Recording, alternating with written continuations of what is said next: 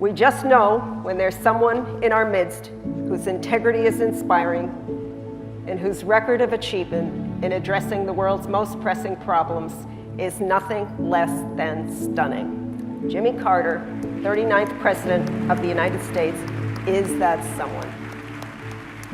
President Carter, to me, is one of, if not the finest human being I've ever met. His integrity, his intelligence, his hard work, his dignity, his caring about everybody, his treating everybody equally, really impressed me. I've looked forward to being with all of you tonight ever since Jeff first invited me. And before I accepted, though, I asked him, what is a social entrepreneur? And his answer surprised me, and I say honored me. He said, you are one. I met President Carter 2003, 2004. I remember sitting down for a chat that was supposed to be 15 minutes. We ended up talking for almost 2 hours about everything under the sun, but mostly about social entrepreneurship, people doing good in the world. I realize that another quality of social entrepreneurs is that they are people of faith. And I don't necessarily mean religious faith, but they have a special kind of faith that's extremely important for any human being, particularly one who wants to lead in innovative endeavors, and that is faith in oneself, and perhaps more importantly, faith in other people.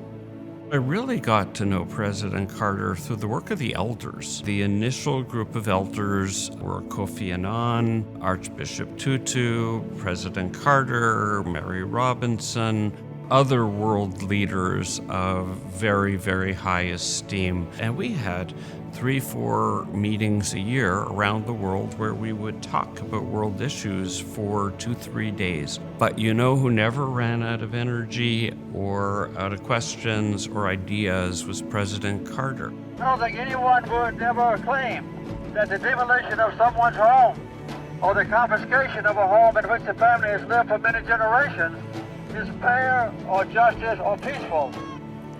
Creating understanding among people, I would say, is the most pervasive need in our world and the most effective solution to its problems.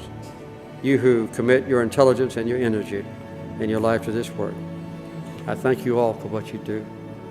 I wish you Godspeed in your enlightened vocations.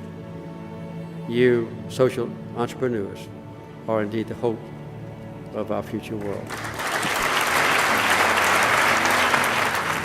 To President Carter, I love you. You've been an incredible inspiration to me and millions of others. I can only thank you for all the goodness you've brought to the world.